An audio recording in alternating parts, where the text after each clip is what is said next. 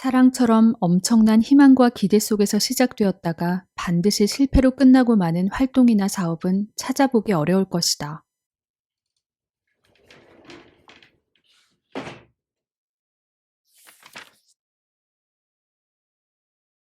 안녕하세요. 최근 한 여배우의 과거 연애 행적이 도마에 오르면서 타인의 심리와 상황을 조작해 지배하려는 가스라이팅이란 단어가 인기 검색어에 오르기도 했는데요.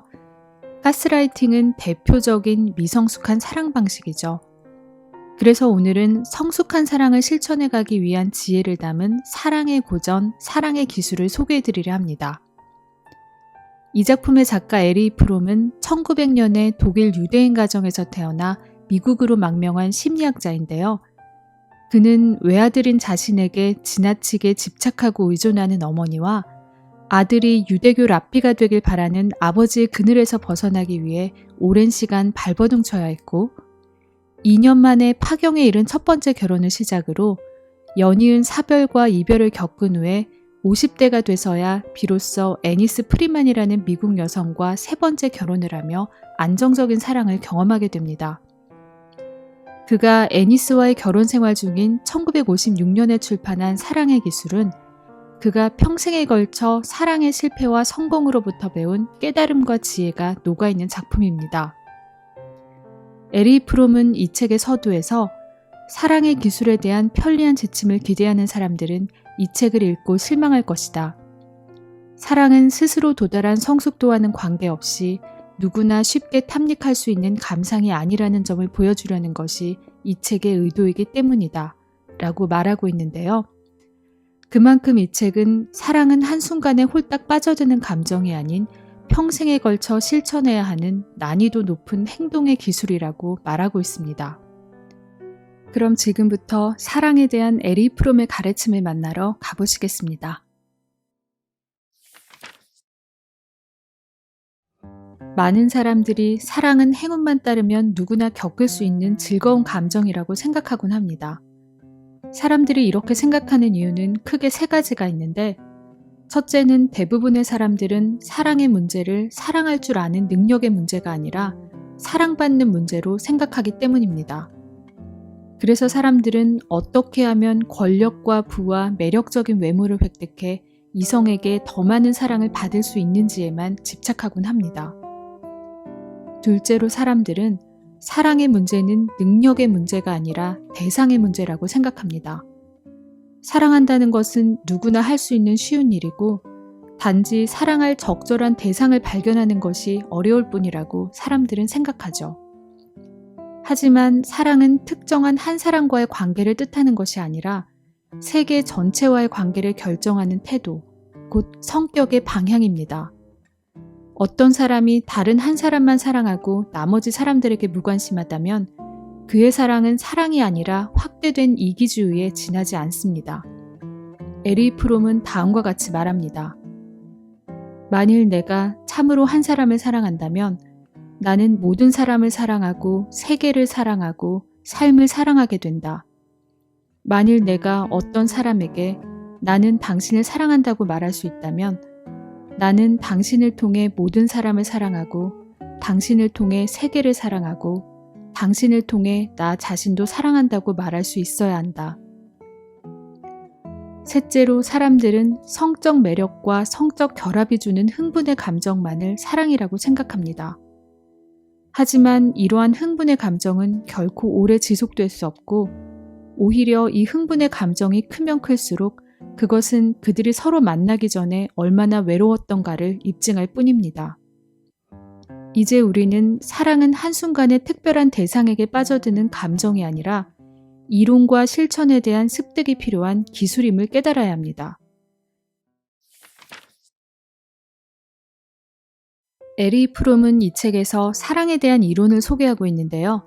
프롬은 인간은 이성을 통해 자신이 타인 및 외부 환경과 분리되어 있다는 것을 인식할 수 있고 이러한 분리는 모든 불안의 원천이 된다고 말합니다. 분리되어 있다는 것은 내가 타인과 외부 세계를 적극적으로 파악하지 못해 언제 공격을 당할지 모르고 이 때문에 나 자신이 한없이 무력한 상태에 놓여 있다는 것을 뜻하기 때문입니다. 이런 내면의 불안과 고독에서 벗어나기 위해 사람들은 외부 세계와 타인과 결합하기를 갈망하는 합일의 욕망을 갖게 됩니다. 그리고 이는 다른 사람과 몸과 마음이 하나가 되는 합일을 경험하는 사랑을 통해 해소할 수 있습니다. 여기서의 사랑은 수동적 감정이 아니라 적극적 활동이며 주는 것이지 받는 것이 아닙니다. 준다는 것의 의미에 대해 에리 프롬은 다음과 같이 설명합니다. 어떤 사람이 다른 사람에게 주는 것은 무엇인가? 그는 자기 자신, 자신이 갖고 있는 것 중 가장 소중한 것, 다시 말하면 생명을 준다. 자기 자신 속에 살아있는 것을 준다는 뜻이다. 그는 자신의 기쁨, 자신의 관심, 자신의 이해, 자신의 지식, 자신의 유머, 자신의 슬픔, 자기 자신 속에 살아있는 모든 표현과 현실을 주는 것이다. 이와 같이 자신의 생명을 줌으로써 그는 타인을 풍요하게 만들고 자기 자신의 생동감을 고양함으로써 타인의 생동감을 고양시킨다. 준다는 것은 다른 사람을 주는 자로 만들고 두 사람 다 생명을 탄생시키는 기쁨에 참여하는 것을 의미한다. 에리 프롬은 사랑은 사랑을 일으키는 힘이고 무능력은 사랑을 일으키는 능력이 없다는 뜻이라고 말합니다. 우리가 번번이 사랑의 무능력에 도달하는 이유는 어쩌면 사랑은 곧 적극적으로 상대의 성장과 행복을 위해 주는 것이라는 이론을 망각하고 받는 데에만 급급하기 때문인지도 모르겠습니다. 에리 프롬은 사랑의 4가지 요소로 보호, 책임, 존경, 지식을 꼽고 있는데요. 첫째로 사랑하는 상대를 보호한다는 것은 사랑하는 자의 생명과 성장에 대해 적극적으로 관심을 갖는 것을 의미합니다. 꽃을 사랑한다면서 꽃에 물을 주지 않는 사람이나 아이를 사랑한다면서 아이에게 젖을 주고 목욕을 시키는 것을 소홀히 하는 엄마는 진정으로 사랑하는 사람이 아닙니다. 단순히 대상을 귀엽고 어여삐 여기기만 하는 것은 사랑이 아니라는 거죠. 두 번째, 책임. 책임은 사랑하는 상대의 요구가 겉으로 표현되었든 표현되지 않았든 간에 그 요구에 대해 기꺼이 응답할 수 있고 응답할 준비가 되어 있다는 뜻입니다. 사랑하는 사람은 상대방의 요구를 무시하지 않고 응답할 줄 아는 사람입니다. 세 번째, 존경. 존경은 누군가를 우러러본다기보다는 어떤 사람의 독특한 개성을 있는 그대로 바라볼 줄 아는 능력을 말합니다. 존경을 뜻하는 영단어 respect도 바라보다라는 뜻을 가진 레스피시어에서 나온 단어라고 합니다. 누군가를 온전히 바라보기 위해서는 먼저 나의 독립이 필요합니다. 내가 남을 지배하거나 착취하지 않아도 홀로 온전히 서서 걸을 수 있을 때에만 누군가를 사심없이 있는 그대로 바라볼 수 있기 때문이죠. 마지막으로 지식. 누군가를 잘 알지 않고서는 존경이 불가능합니다. 자신만의 주관을 초월해서 다른 사람을 객관적인 관점에서 바라볼 수 있을 때 상대에 대한 핵심에 파고들 수 있게 됩니다. 갓난아이가 세상에 갓 태어나면 아이는 단지 어머니의 자식이란 이유로 무조건적인 사랑과 보호를 받습니다. 어린아이는 무력하기 때문에 자신을 보호해주는 어머니의 사랑에 집착하다가 6살 이후에는 사회에 적응하기 위해 잘하면 상을 주고 못하면 벌을 내리는 아버지의 조건부적 사랑에 의존하며 사회적 감각을 익혀갑니다. 그러다 완전히 성숙한 인간이 되면 보호하는 어머니와 명령하는 아버지에게서 해방되어 자기 자신 속에 어머니와 아버지의 원리를 확립하게 됩니다. 이 한 사람의 성장 과정에서 중요한 것은 삶과 존재에 대한 절대적 긍정을 심어주는 어머니의 역할, 그리고 적당한 시점이 되면 자식의 분리와 자유를 허용하는 부모의 성숙한 태도입니다. 어머니는 어린아이에게 삶에 대한 사랑을 길러줘야 하는데 이를 위해서는 먼저 어머니가 행복한 사람이어야 합니다.